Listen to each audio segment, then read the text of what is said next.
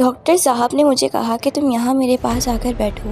और भी बहुत सारी लड़कियाँ थीं क्योंकि हम नर्सिंग का कोर्स कर रहे थे। मैं बहुत ही ज़्यादा खूबसूरत थी। डॉक्टर साहब ने जब मुझे अपने पास बैठने को कहा तो मैं बैठ गई। मैं कभी सोच भी नहीं सकती थी कि डॉक्टर साहब मेरे बारे में क्या सोचते हैं। डॉक्टर साहब ने अपने पाँव से जैसे ही मुझे छुआ मुझे काफ़ी अजीब लगा। आगे टेबल पड़ा था इसलिए किसी को कुछ नज़र नहीं आ रहा था, लेकिन मुझे तो महसूस हो रहा था। मैंने भी अब उसे इग्नोर किया। मैंने अपने पाँव को नहीं हटाया। मैं समझ चुकी थी कि डॉक्टर साहब क्या सोच रहे हैं। मैंने मज़ीद पाँव उनकी तरफ कर दिया तो अब वो और भी ज़्यादा आसान तरीके से खेलने लगे। साथ कुछ बोल भी रहे थे, लेकिन मेरी तवज्जो तो सिर्फ़ और सिर्फ उनकी तरफ थी। बाकी सब सामने बैठी थी, लेकिन मैं डॉक्टर साहब के पास बैठी थी क्योंकि चेयर और नहीं पड़ रही थी। डॉक्टर ने इसलिए मुझे अपने पास बैठने को कहा। हमारा 1 माह का कोर्स था, इसलिए अब हम हर रोज़ यहाँ आने वाले थे। अभी तो उस कोर्स को शुरू हुए 1 हफ़्ता ही हुआ था। इस कोर्स के मुकम्मल होने के बाद हमें नर्सिंग की जॉब मिलनी थी। सब अब जाने लगे, छुट्टी का वक्त हो चुका था। डॉक्टर साहब ने मेरी तरफ एक कागज़ बढ़ाया। मैं बहुत ज़्यादा हैरान थी। बस पढ़ लिखा था कि मैं तुमसे दोस्ती करना चाहता हूँ। मुझे काफ़ी अजीब लगा।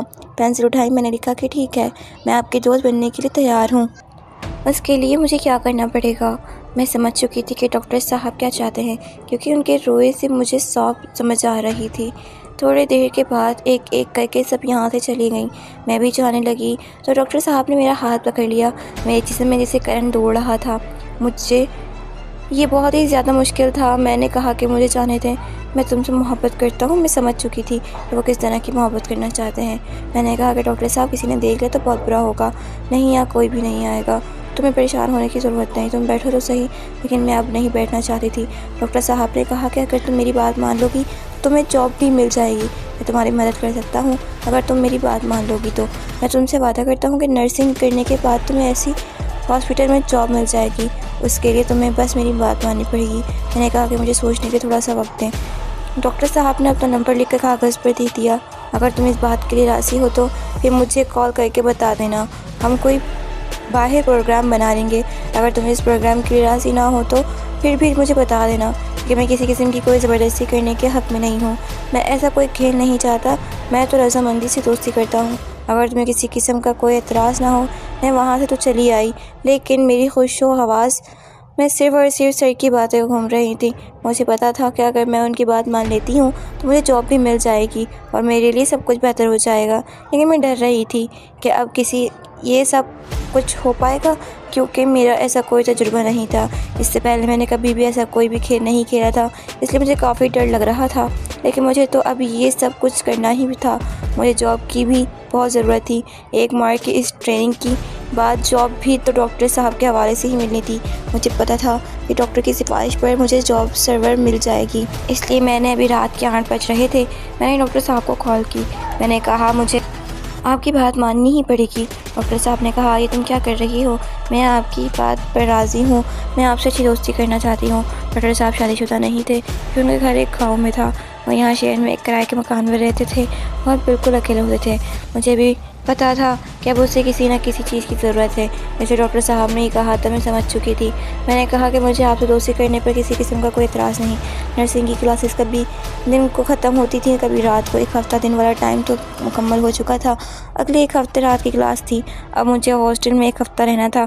इसलिए डॉक्टर साहब ने कहा कि तुम परेशान ना हो, तुम्हारे लिए रहने के बंदोबस्त मैं ही कर देता हूँ, तुम मेरे पास रह सकती हो। अब तो ऐसे ही सब दोस्ती हो चुकी थी, इसलिए मैंने कहा कि सबके सामने मैं आपके साथ आपके रूम पर नहीं जा सकती। मैं रक्शे पर खुद ही वहाँ आ जाऊँगी। अब जैसे ही शिफ्ट ख़त्म हो जाए तो मैंने कहा कि मैं आपके साथ चलती हूँ, क्योंकि उस वक्त कोई भी नहीं देख रहा था। मैं जैसे ही हॉस्पिटल से निकली, थोड़ा सब्र करने के बाद डॉक्टर साहब ने अपनी गाड़ी का हॉर्न दिया और मुझे गाड़ी में बैठने को कहा। मैं समझ चुकी थी अब जो भी हो जाए मुझे डॉक्टर साहब के साथ रहना है।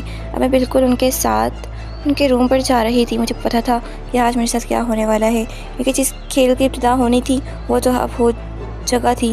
मैं बिल्कुल रिलैक्स थी। मुझे ऐसे लग रहा था जैसे मैं डॉक्टर की काफ़ी दिनों से दोस्त हूँ। आज हमारा पहला दिन था कि हम एक साथ थे, लेकिन मुझे ऐसा लगता था जैसे हम काफ़ी अरसे से एक दूसरे के अच्छे दोस्त हैं। अब रूम पर पहुँच चुके थे। बाज़ार से सर ने खाना लिया और फिर हम पहुँच चुके थे। हमने खाना खाया और अब बिल्कुल रिलैक्स हो चुके थे। तुम में किसी किस्म की कोई परेशानी तो नहीं? मैंने कहा नहीं। मुझे किसी किस्म की कोई परेशानी नहीं। अब हम एक साथ थे। कुछ देर के बाद सर ने कहा कि तुम मूवी देखोगी? मैंने कहा हाँ, मुझे मूवी बहुत अच्छी लगती है, क्योंकि सर की जो रूम था उसमें ही LCD लगी हुई थी। वो बहुत बड़ी LCD थी और उस पर जब उन्होंने मूवी लगाई तो वहाँ काफ़ी अच्छी मूवी थी। मैंने कहा कि हाँ, हमने यही सब कुछ तो देखना है। मैंने कहा कि ठीक है, मैंने ऐसा कभी भी नहीं देखा। नहीं, परेशान ना हो, मैं तुम्हें परेशान नहीं करना चाहता। मैं तुम्हारे साथ होना, तुम्हें किसी भी बात से परेशान नहीं होना चाहिए। थोड़ी देर बाद जैसे जैसे सीन वहाँ आ रहे थे, सर भी अब काफ़ी हद तक खेलने के लिए तैयार हो चुके थे। उन्होंने कहा कि खेलो। सर बिल्कुल बैठे थे और मुझे अपने पाँव के पास बैठने को कहा, क्योंकि LCD पर पहले ही मैं ऐसा सब कुछ देख चुकी थी। सर ने मुझे कहा कि तुम्हें खेलने में किसी किस्म की कोई प्रॉब्लम तो नहीं? मैंने कहा नहीं, मुझे किसी किस्म की कोई प्रॉब्लम नहीं। फिर उसके बाद मैंने खेलना शुरू कर दिया। सर को मैं देख रही थी कि वो भी उस खेल को काफ़ी अच्छी तरह पसंद कर रहे हैं। मैं जैसे जैसे खेल रही थी वो भी साथ साथ उसे खेल को काफ़ी इंजॉय कर रहे थे। साथ फिल्म चल रही थी। फिल्म की थोड़ी बहुत आवाज़ भी आ रही थी, क्योंकि ये रूम ऐसी जगह पर था जहाँ से आवाज़ बाहर जाना मुमकिन नहीं थी, इसलिए हम आसानी से ये खेल भी खेल रहे थे। मैं अब नहीं चाहती थी कि ऐसा कुछ भी हो।